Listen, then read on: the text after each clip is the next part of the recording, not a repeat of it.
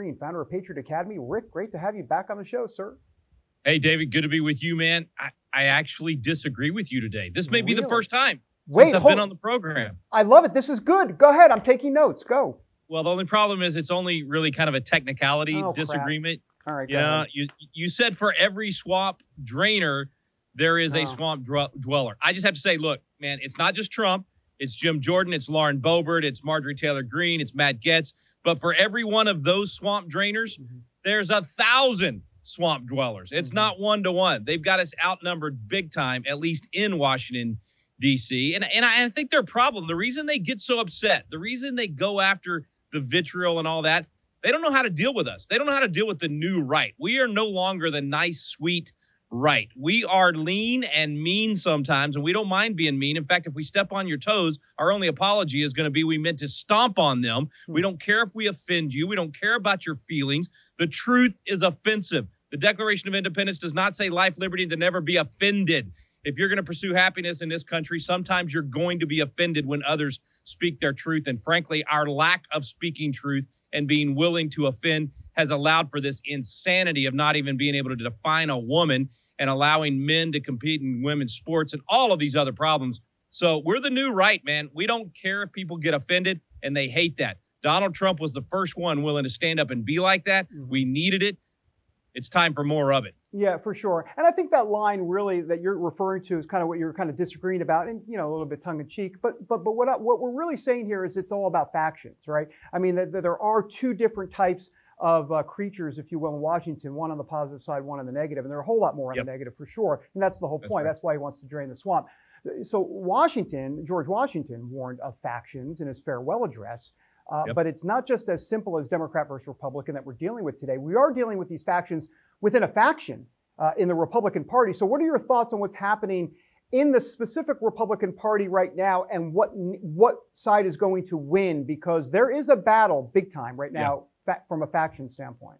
There is, and the system is against truth. It's against right and wrong, because the system prefers you to be for sale, right? So the system enables and actually encourages, the politicians that will do anything to make the media be nice to them, do anything to get the contributions, and it doesn't reward the people who have a backbone and stand up for right, regardless of what it costs them. So that makes it harder for people that are coming from the right that are saying, we're standing for truth, the Constitution, biblical values, all of those things. It makes it more difficult, but that's why it also makes our folks more heroic for what they do. And David, you said something really important. When George Washington spoke out against the partisanship, it wasn't that he was necessarily against having a party at all or having a faction at all. What he really hated and what he stood against was when the factions could not sit down and discuss things. We couldn't debate, and we weren't allowed to speak our truth, and we were silenced. That's what he didn't want to see, and that's what we've seen in America today. And that's why I think this new attitude of saying, hey, look, we're going to speak truth. We're tired of being canceled. We're going to say what we believe. We're willing to hear what you believe. I love debating people on the left because I think it sharpens us, man. That combat makes us better. And without civil discourse, you're going to have civil war. So sometimes that discourse is going to be what some might call ugly, but that's okay. Throw some sharp elbows, get in there and have some good debate, make each other better, and find truth. That's what we should all be about, seeking truth, regardless of what faction we're involved in. Rick, take us back to Revolutionary War days, because, at the time, there were a lot of folks there in what was soon to be America that did not want to fight the British, did not want to take on the British. There was a faction, big time faction there. Yeah. I don't want to call them, in a way, maybe we should call them rhinos to a degree, revolution in name only. They were okay with the revolution in concept, but didn't want to kind of go there. Give me your sense of what we've learned from the past as it relates to what we see in the present. Yeah, there's no doubt. Look, man, the Tories were willing to sell out their neighbors, people from their own church, sometimes even their own family, knowing that it could lead to death at the hands of the British. That's a pretty serious faction right there. And so look, it's never been a love fest where everybody absolutely agreed. The interesting part is that those factions in the founding era, every single one of them would be lined up on what we would call the right today. They were all essentially some version of, even the Federalists were essentially a version of what we would today consider an anti-Federalist.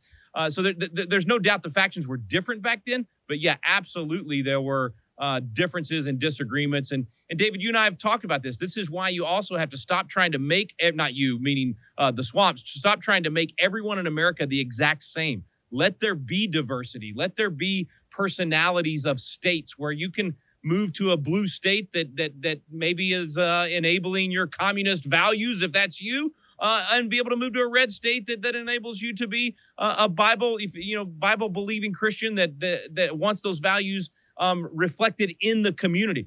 That's the beauty of true federalism, and we've got to get back to that. Otherwise, we're going to be at each other's throats as long as we think whoever wins the presidential election gets to try to make every state the exact same, and you have no place to go where your values may be different than the president's. Do you see, you live down in Texas, do you see Texas as kind of being a microcosm of what's going on right now in terms of factions? Because there is a battle for the heart and soul, not just of the Republican Party, but from a geographical perspective, Texas is right in the thick of it as it relates to, what are we going to stand for? If we stand for everything and we stand for nothing.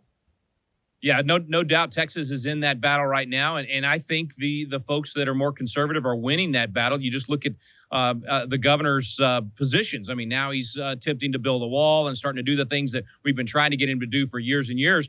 And so the conservative faction has finally exerted enough influence. Even though we didn't win the Republican primary for governor, we forced the governor to move towards those conservative positions and begin to champion those positions. So that tells you that the public opinion in Texas is moving our direction, and also moving the direction of pushing back against the federal government more and more. So I think that's going to play out in every state, but you're absolutely right. We're seeing it in living color in Texas. What do you think about Trump? Do you think he's going to be able to maintain his anti-establishment ways in 2024 if he runs again? Or do you think there's going to come a time when he has to give in to the establishment because of the power and control they possess in D.C.? And I know Trump's not going to ever phrase it that way. He'll say, I'm never giving in. But there is so much pressure in this area. What's your sense of whether or not he can keep it up? If he does, he loses, right? I mean, we saw that happen. He gave into the swamp. He let Fauci and Birx basically take over the White House for those last few months of his presidency, and it cost him the presidency, I believe. And so absolutely, he cannot do that. His brand is what the movement in America wants right now. It's what creates so much energy. Man, I've been in a couple of these events where he stands on the stage and he says, do you want me to run again? I've never seen a room light up like that and have so much energy. So it's his for the taking if he will keep that brand and stay strong in that way. And, look, you and I have talked about it. We don't agree with Trump on everything, but he is a force to be reckoned with. And his willingness to take on the swamp and to take on the fourth branch, that's the real deal here, to take on the agencies and all of the bureaucrats that Obama and the left just infused communist and leftist into the bureaucracy of the federal government. He's willing to take that on. That's why they hate him.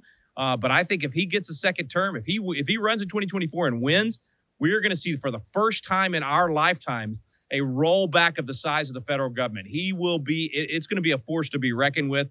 And I think we're going to see also Jim Jordan and others in Congress take on the Department of Justice in a way that we've never seen before as well. So there's good things ahead if they'll stick to the game plan and stick to their guns and the truth. I mean, that's the thing. When they're willing to be bold and, like I said, be offensive. I love that line from Matt Gaetz the other day where they said, what if people are offended? And he said, be offended. That's the new right, and they don't know how to deal with it. Yeah, for sure. 30 seconds. You said something just now about it cost Trump the presidency, the Fauci Birx thing. What do you mean by that, in essence? Well, I mean, once he handed that over in March and April of 2020, he started losing momentum at that point when he went all in on COVID along with the left. And I know he didn't go quite as far as he didn't go anywhere near as far as what Biden has done. Everything was suggestions in the Trump White House, but it was there that they birthed the 6 feet insanity out of no science, just literally made it up. It was there that they came up with the mask ideas. So yeah, I think unfortunately he let Fauci and Birx set the agenda. He regrets it. You can tell when he's asked about it, he regrets it. Yeah, no, for sure. The good news about you, Rick, and what we love about you is you're a straight shooter and you're not drinking any sort of Kool-Aid. You are providing truth and perspective. Thank you, sir. Appreciate it. Good to see you, man. Great stuff. Rick Green.